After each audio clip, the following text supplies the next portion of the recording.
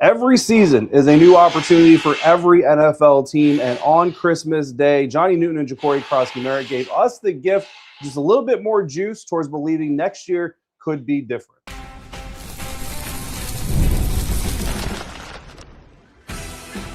You are Locked On Commanders, your daily podcast on the Washington Commanders. Part of the Locked On Podcast Network, your team every day.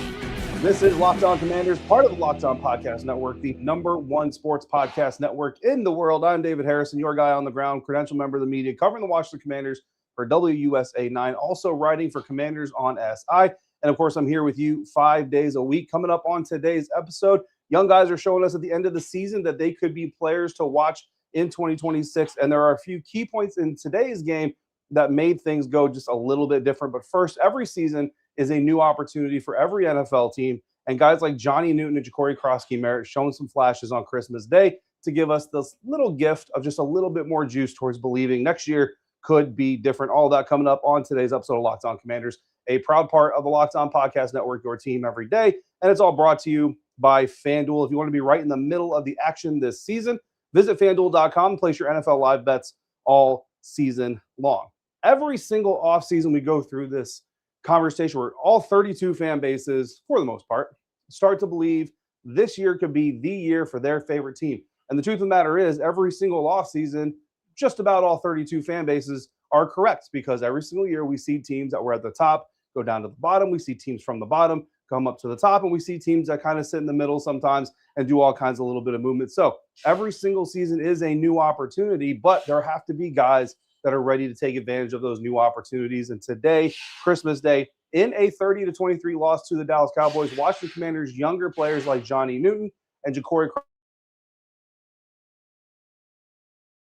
of a stocking stuffer for Commanders fans to show you that there is some juice on this roster to believe that next year could be a little bit different. We're going to start with Johnny Newton because easily, I think, the player of the game, at least on the defensive side of the ball. You might have the conversation on either side, but 3 sacks for Johnny Newton, not only an NFL career single game high for Johnny Newton, but John told us in the locker room after the game that he hasn't had 3 sacks in a single game ever. And he's the first Washington Commanders, or one of the first Washington Commanders players to do it. Preston Smith, week 16, 2015, since that's happened for this team. Johnny Newton, not only did he do this, not only did he achieve this personal goal, also obviously a very, very solid team accomplishment from a long-standing view, but he did it from the interior. And this is what made guys like Aaron Donald so impressive. And I'm not telling you that Johnny Newton is going to be like the next Aaron Donald, but just follow me here. You're supposed to get sacks from the edges. You're supposed to get sacks as an outside linebacker, a defensive end. You look at a guy like Dante Fowler last year. You even look at a guy like Frankie Luvu, who I know has had a down year this year comparatively, but those are supposed to be your guys who get sacks. Your interior defensive linemen aren't supposed to be the ones really getting after the quarterback. In fact, I've covered teams where an interior defensive lineman led the team in sacks in a season, and the coaching staff actually comes out of it and says, hey, like, we're really happy for that guy, but we're really not happy about that for our team, because you don't want interior D linemen leading your team in sacks. That's not typically what they do. Johnny Newton, a little bit of a different kind of player. If you remember back even just a couple weeks ago, Dan Quinn made comments to us about how he really likes the way that Johnny can kind of create chaos in the backfield, his ability, especially on those passing downs, to really get in there and make a difference. And that's what we saw today. And Johnny Newton overall looking to step up a little bit with Daron Payne missing this game due to injury. I'm not going to sit here and say that the rushing defense in the middle of the offense or the middle of the line necessarily stood out in this game, because I would be lying to you. And if you watched the game, which I'm assuming you did, if you're here, you're not dumb, right? You're going to know that I'm trying to lie to you, trying to get one over on you. But focusing on the good part here with Johnny Newton, what he does best, wreck the interior, get into the backfield, create chaos, create some havoc. And that's exactly what he did. Again, the Johnny Newton game, so to speak, 3 sacks. There was one half a sack. I know some of you, especially our insiders, our all access everydayers, have already reached out to me and kind of said, hey, like, there was one of the half sacks that he got that maybe should have gone fully Bobby Wagner. Like, Bobby Wagner had Dak Prescott wrapped up, and Johnny was kind of in the area, got a hand on Dak, and they gave him a half sack share of that sack. I see where you're coming from on that. But even if it's a 2.5 sack game for Johnny Newton, it's a career high. It's a single game high. And I would be willing to bet that Johnny Newton probably hasn't had any 2.5 sack games in his career as a football player, just in general. Again, and one thing that was really cool talking to Johnny in the locker room after the game is he kind of said that he recently had a conversation with some veterans on the team and just kind of about taking advantage of opportunities and really finding time to appreciate what it is you do, because tough seasons aren't just tough for fans. They're not just tough for media members who don't like to talk about losing football. They're tough for the players too, right? These guys put a lot of work in to go out there. So when it doesn't produce the results that they wanted to produce, that's hard to swallow, and that's hard to do. Imagine yourself putting in 60, 70 hours a week at your craft, and then you go to work and you just keep getting smacked in the face and being told that you're not doing a good job. That sucks, right? That's really hard to do. And something that kind of brought Johnny, I don't want to say brought him back, because I don't think his effort, level was necessarily dwindling, but something that helped him kind of get mojo going for this week to take advantage of his opportunity with Jer'zhan Payne out is looking at his brother. He comes from a family of athletes, and he has a brother who would love the opportunity to play on a 4-win NFL team. And he said, just understanding that there are people, including one in his own family, that would absolutely do anything to have this opportunity. So don't waste it, don't squander it. And certainly Johnny Newton not squandering it here on Thursday night. Dan Quinn also had a lot of good things to say about him as well. But we can't spend the entire time talking about Johnny, because this is also the Bill game. All right, Wild Bill, whatever you want to call him, Lil Bill, you can call him whatever you want. But as long as you call him in the end zone, 72-yard rushing touchdown in this game, one of 2 touchdowns, over 100 yards rushing. He now has 8 touchdowns on the season, which, thanks to Washington Commanders PR, ties Skip Hicks for 3rd all-time by a Washington rookie. He's not just a goal line back. He's not really a goal line back. They are using him a little bit in some of these goal line sets. Today was a little bit different. Like last week, I think a lot of us were kind of like, hey, like you got Chris Rodriguez on the sideline. You're using Bill as a goal line back, maybe not the best use of your personnel. And I would agree with that, certainly. But today, unfortunately, Chris Rodriguez falling ill Thursday morning was downgraded to questionable for the game, eventually ruled out with that illness. We don't have specifics on, like, is it flu? Is it food poisoning? Anything like that? That's not the details we get. But, but Chris had to miss this game. Jacory Croskey-Merritt comes in, makes the best of it, gets a close touchdown run, gets a home run touchdown run, 10-yard rush, and a 72-yard rush for touchdowns. And this is exactly what we envisioned when Jacory was drafted in the 7th round by Adam Peters out of Arizona. He lost that entire last season of his college eligibility due to an NCAA accounting error, which I still think is crap. The NCAA cost him a full season of his college career. But at the same time, the benefit is if he gets that full season, I'm telling you right now, I don't think he gets out of day 2. Like, I don't think if Jacory Croskey-Merritt has a full year at Arizona, I don't think he gets out of day 2, so he's not a Washington Commander, right? So at the end of the day, the net gain is for the Washington Commanders, and of course, Bill is having a good time in his rookie season, enjoying every step of the way. I will tell you that the running backs had a white elephant gift exchange on Christmas Eve before this game took place, and Bill walked away with 2 very, very nice, as you can imagine, NFL players are buying these gifts, very nice bottles of cologne. One bottle, I told that story to Mitch Tischler. He pointed out, hey man, 1 touchdown for every bottle of cologne he got. So I don't know. Before Philly, maybe we do a GoFundMe. We buy Bill 3 bottles of an equally nice cologne. See if we can't get 3 touchdowns out of the rookie. And then finally, we got to shine a light on another rookie, Ricky Barber, man. Practice squad, defensive lineman, comes up, first NFL game, gets his first NFL sack. It's a great moment for him, a great story, obviously, and hopefully just the beginning of a long NFL career for young Ricky Barber. So some young players definitely stepping up, showing out in this game here. Again, it's a loss, but you have to look at those things. And when you look towards 2026, as I know a lot of you out there, you want to see competitive football, but you want to see better draft position. Well, you got it, because Commanders lose. It was a competitive game, not so much early on, but it eventually became competitive. And you've got some young players on this roster that are starting to flash, and that's great. So, but there are a few key points. We do want to focus on the game, at least a little bit here in this episode, that really stood out, that kind of turned the tide towards the Dallas Cowboys away from the Washington Commanders. We're going to discuss those coming up next on today's episode of Locked On Commanders, part of the Locked On Podcast Network, your team every day. And today's episode of Locked On Commanders brought to you in part by FanDuel. NFL game days move fast. One big play and suddenly everything feels a lot different. That's what makes live betting with FanDuel so exciting, because you're not just watching the game, you're kind of living part of it and you're reacting to it in real time. With FanDuel, you can place bets as the action unfolds. Every drive, every momentum swing, every highlight moment is an opportunity for you to get involved in the action. If you think you have a beat on what's happening and what's going to happen because of it, you can go ahead, put your money where your mind is, and see if you can't get a little bit of profit from what you're watching. Live betting is the best when the game starts to shift, a receiver gets hot, a defense tightens up, or a momentum flips after the turnover. FanDuel lets you jump right in the moment. The Washington Commanders entered the game 8.5-point underdogs. So when you saw that defense start to tighten up there early in the second half, you're like, hey, they might make this thing interesting and not lose by that 8.5 points. You could have made a bet, gotten in there on that line, and if you did, you cashed out. So if you want to be right in the middle of the action this season, visit FanDuel.com. Place your NFL live bets all season long. FanDuel, the game moves fast, and so can you. Today's episode of Locked On Commanders is also brought to you by Game Time. The NFL season is almost over, but there's nothing like being at that final game. The crowd noise, the energy, the cheering alongside other fans, the hopefully respectfully trash talking, not leading to fighting or anything like that. Opposing fans. Watching at home is great, but watching the stadium is just a different experience. The frustrating part has always been getting tickets. However, you're waiting in queues, you're dealing with logins, you're watching prices change right as you get to checkout, and they try to sneak in those sneaky little fees that they don't tell you about up front. That's what Game Time changes to give the advantage back to the fans. It's the hack for unlocking amazing NFL tickets and experiences in just a few taps.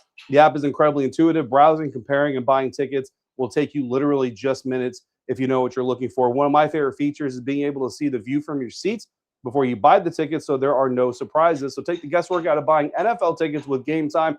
Download the Game Time app, create your account, use the code LOCKEDONNFL. That's LOCKEDON NFL for $20 off your first purchase. Terms apply. Again, create your account, redeem the code LOCKEDONNFL for $20 off. Download the Game Time app today and get back to being there live. Thank you for making Locked On Commanders your first listen of the day. Thank you for helping make Locked On the #1 sports podcast network in the world. If you're an everydayer, those of you who come through for every single episode, special thank you for coming through for yet another one here today. And if you're a true diehard Washington Commanders fan, the Everydayer All Access tier is built for you. You are the Everydayer Club. You get one-on-one texting access with me, all access episodes like Locker Room Audio, which some of that will be downloaded as soon as I'm done here. An exclusive newsletter and 15% discount to the Locked On merch store. Head over to lockedoncommanders.supercast.com to join the Everydayer Club and unlock your all-access membership. You can also find a link for that in the show notes, whether you're on YouTube or you're listening on audio. There are a few key points in this Washington Commanders loss. The Washington Commanders do fall to 4-12 on the season. One more game left this year. Philadelphia Eagles, we will be there next Sunday. My assumption is it'll be a 1 p.m. kickoff, but that is not finalized, at least as far as the time we hit record or hit live on this episode. But there are a few moments in this loss that really stood out. And the first one for me is the ghost whistle, right? So it's not a ghost whistle in the sense that it didn't exist. It definitely existed.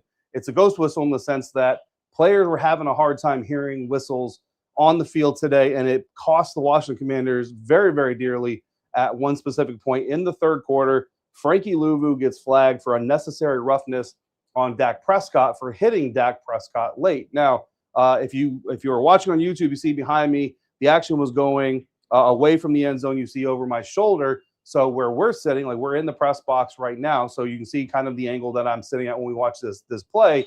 I can see Von Miller get a hold of Dak Prescott's foot, get him off balance. Dak stumbles, tries to stay up, ends up going down to the ground. And I can see, okay, play's dead. I can even hear the whistle from where I am. Dak stumbles to the ground. He's angry. He's getting up to basically spike the ball out of anger. And, the old, I can't believe that just happened. Frankie Luvu doesn't hear the whistle, thinks that Dak Prescott is getting up to make a play. He's getting up because he's still alive and he's not down. And this is an opponent. It's third down. I've got to make a play for my defense and secure this ball. And so he does what everybody does when a quarterback is on his feet. Because make no mistake about it, by the time Luvu got to him, Dak was up on his feet. Wasn't on his knees on the ground where you just simply tap him and the play is over. No, he was up on his feet. So you put a hit on the dude. And that's exactly what he did. Problem is, there was a whistle already. He was already ruled down. Dak knew it. Von Miller knew it. He was already celebrating. We knew it in the press box. I don't know about what the broadcast showed, but maybe you knew it as well. Frankie didn't know it. And also, if you go back and watch the play, neither did Jacob Martin, who's right next to Frankie. Like Frankie and Jacob Martin are both closing in on Dak at the same time. And if you watch Jacob Martin, he's going in to make a hit on Dak Prescott too. But Frankie gets there first. So he says, don't let me not do this extra hit and get a flag. He pulls up and then the flag comes out and both of them are like, what's going on? Neither guy heard the whistle. That's the problem. He still gets called for the flag. I think it's one of those situations where the officials have to kind of understand the circumstances of the game and understand what's going on. But they call the penalty, and it's a big one because eventually the Dallas Cowboys get a field goal. At the time that this happens in the third quarter, it's a one-score game. It's a touchdown game. This extends the drive. It was third down. Theoretically, the Washington Commanders are going to get off the field. The defense is going to get off the field. They're going to get the ball back. Instead, the Dallas Cowboys end up keeping the ball, one, for a little bit longer, and their time of possession was immense in this thing.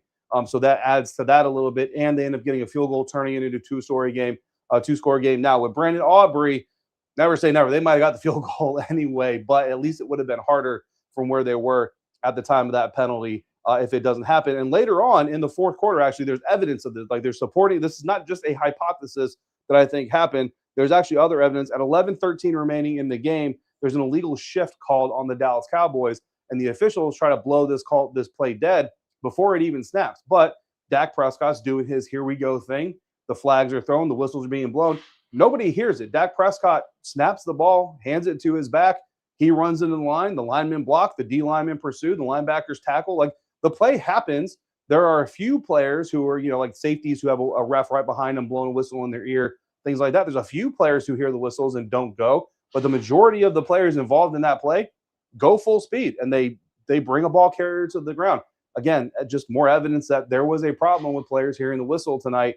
And in that situation, unfortunately, it hurts the Washington Commanders gravely. I'm not going to sit here and tell you that they would have won if that doesn't happen, but certainly gives them a better chance of winning from an analytics standpoint. And then you, of course, have the squandered miracle. I called it the Christmas miracle. Brandon Aubrey, later on fourth quarter, about 13 and a half minutes left in the game.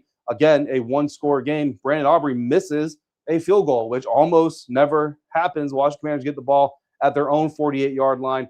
They're going to go forward on a 4th and 3 shortly thereafter. Brandon Coleman, unfortunately, who has been, I'm telling you, man, like, I've never seen a player as young as Brandon Coleman with as much ice and bandages and braces on this dude. Like, this dude, I'm telling you right now, just trust me when I tell you that this dude is soldiering through this season. And I told him in the locker room after the game, like, bro, this season is throwing everything it can at you. But you know what? You're throwing a lot back at it, and I think it's going to make him better in the long run. He's out there trying to soldier through this thing, ends up with a false start, cost them 5 more yards. They end up punting the ball in a one-score game. That, of course, is brutal, and, of course, you don't like to waste those opportunities. When you have a guy who's as automatic as a kicker gets right now in the NFL, and Brandon Aubrey actually missed a kick, you got to take advantage of those opportunities. And then, of course, you have this little bit of a conservative gamble from Dan Quinn, down 10 points, 2 minutes, 14 seconds left in the game, opts to, instead of trying to continue driving the ball to get a touchdown, to drive it into a 3-point game. He takes the field goal.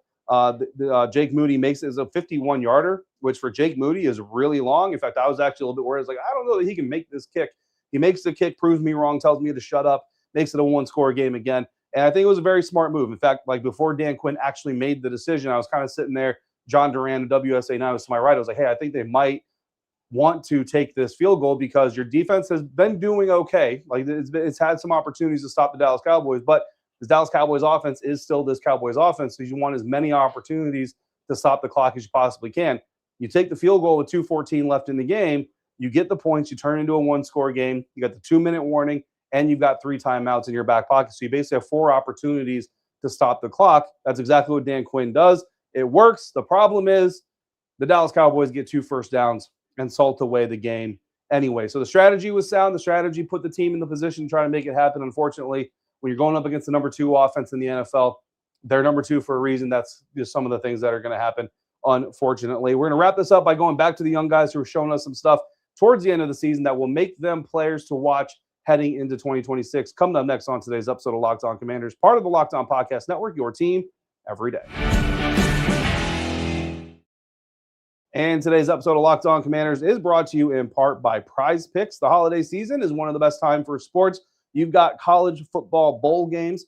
You've got big basketball matchups. You've got playoff pushes. Unfortunately, not for your favorite team, but you've got playoff pushes happening, and it's all happening at one time. So while we're making choices every single day, one of the best places to make a choice and be right is at PrizePicks. PrizePicks is the easiest way to get in on daily fantasy.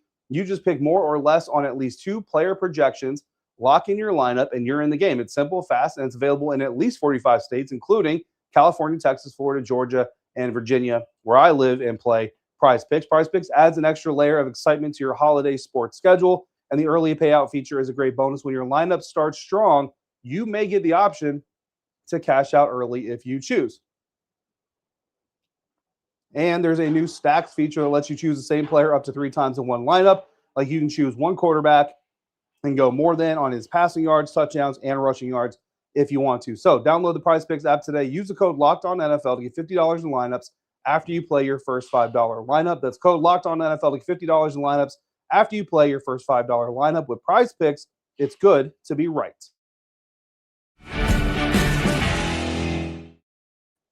Wrapping up today's episode live here at Northwest Stadium following the Washington Commanders' 12th loss of the season. 12-5 Washington Commanders last year. Now at best, 5-12 Washington Commanders next year. That's life comes at you fast, buddy. Good news is next year's Commanders team could go 12-5 again. You never know. But some of their guys are going to come through and try to show that they are deserving of opportunities. And I think some guys already certainly have. I think we can all accept right now that no matter how good or bad Bill does next week against the Philadelphia Eagles, he probably deserves an opportunity to get some burn in 2026, right, in training camp. But there's some other guys as well. I do want to talk about the veteran quarterback, Josh Johnson, obviously not a young guy, so that's a little bit of a different gear shift here. But I think what's really important is Josh Johnson comes in last week. Marcus Mariota is a starting quarterback. He gets hurt. Josh Johnson comes in. Doesn't look very good, to be quite honest with you. And I think he knew that. You knew that. Everybody knew that. But the thing that I kept talking about, not too in-depth, but I mentioned throughout the week, if you're an everydayer, you probably heard it, is this is a quarterback who has been the number 3 quarterback all year long. Number 3 quarterbacks don't get reps. They don't get opportunities in practice. A lot of their preparation is mental. They might do some extra stuff on the side, which is great. But as far as the formal, dedicated, they're not getting the reps that obviously Jaden or even Marcus is going to get. That's just a natural cause of things. And that's not, necessarily to excuse it, more so just to explain why a guy comes into a game, has been a veteran for as long as he is, looks the way that he did last week. I think today you saw a better version of Josh Johnson, and you saw that better version because he had the time this week to be the starter from day one of the week, to get the reps, even though it was more of a walkthrough type of week. Still, whatever reps there were to get, he was able to get those reps, do walkthroughs. Dan Quinn told us that before the game, say 7 a.m., Cliff Kingsbury and all the quarterbacks were up in the hotel, and they were doing one last walkthrough to make sure they have everything done. And Josh Johnson obviously gets to be the center of that walkthrough because he's the starting quarterback. That's the difference preparation can make. And you look at a veteran and you say, okay, he had this 1 week of being able to do this, and this is what he was able to do. Now, and the reason I bring this up is because we have this conversation about Sam Hartman, who hasn't even been as mentally tuned into this offense as a guy like Josh Johnson has, because Sam has been running the scout team offense. So I think you can kind of see why you wouldn't want to throw a young quarterback into that situation. Josh Johnson, again, not perfect by any means. He was late on a lot of things. Certainly there's areas we could go through his tape and nitpick if we really wanted to, but certainly a better version of Josh Johnson this week than what we saw when he had to come into the game for Marcus last week. Now let's get to the young guys, flash for the future. How about Ben Sinnott? Tight end Ben Sinnott. We've all been asking, when can we get this guy more involved? Why isn't he getting more involved today? And I'm not telling you he blew the roof off the stadium. There's a reason I'm talking about this in the last segment of the show. But a career-high 3 receptions. He also had more than 20 yards receiving. I don't have the number off the top of my head, what he had total yards receiving, but 3 receptions and over 20 yards receiving. And I can tell you that much because if you listen to the last pregame bonus episode, I laid out my bets for the week, and I had a Ben Sinnott 2-bet parlay, 2-bet same-game parlay stack, 3 or more catches, 20 or more receiving yards. He hit that for me. If you copied that bet, or if you tailed that bet is the betting industry term, if you tailed that bet, he won for you as well. And the good news is, if you took the Chris Rodriguez involved same-game parlay because he was inactive for the game, FanDuel forgives that bet, doesn't even count it against you. So you just get your money back, and there's no win, there's no loss there at all. So obviously Johnny Newton doing really well, Bill doing really well, but I also wanted to shout out Ben Sinnott for his performance and doing a little bit of thing, a little bit of blocking, a little bit of receiving. That's exactly what you want to see from this kid. I'm not sitting here telling you Eureka, you got your next franchise tight end, but it's certainly a step in the right direction, and it's what we've been wanting to see from Ben Sinnott all year long. We'll see if he can stack another good day against Philadelphia Eagles next week. In the meantime, that's going to do it for today's episode. Next time on Locked On Commanders, well, I'm going to go home. Tomorrow is my son's birthday, so we may not have another episode up until Sunday night / Monday morning. But in the meantime, make sure you subscribe, you follow along Locked On Commanders so you get all of the latest episodes, and you can follow me on X at DHarrison82 or on Instagram at DHarrison_82. Trying to get better at both, certainly better on game days at both. Try to get better all throughout the week at both And if anything, what I'm really good at is making sure that my insiders and my Everydayer clubs and the Everydayer Club All Access tier members get everything that they're paying for. So if you want to get involved in that, you get locker room audio, you'll get film studies. I've already got the play that I want to do a film study on. We'll get that knocked out at some point this weekend. Again, son's birthday is tomorrow, so be patient with me. I don't know when I'm going to get that out, but it will get out here soon. Ad-free episodes, Discord access, all kinds of fun stuff. LockedOnCommanders.supercast.com, and I will do my best to make sure it is worth your hard-earned money. For your second listen of the day, check out the Locked On NFL podcast twice per day, Monday through Friday, on YouTube or wherever you're listening to this episode. To the Everydayers, I see you. I appreciate you every single day, and I thank you again for coming through yet again today. For everybody out there, until next time, please stay safe, be kind to one another. We'll talk again real soon right here on Locked On Commanders, part of the Locked On Podcast Network, your team every day.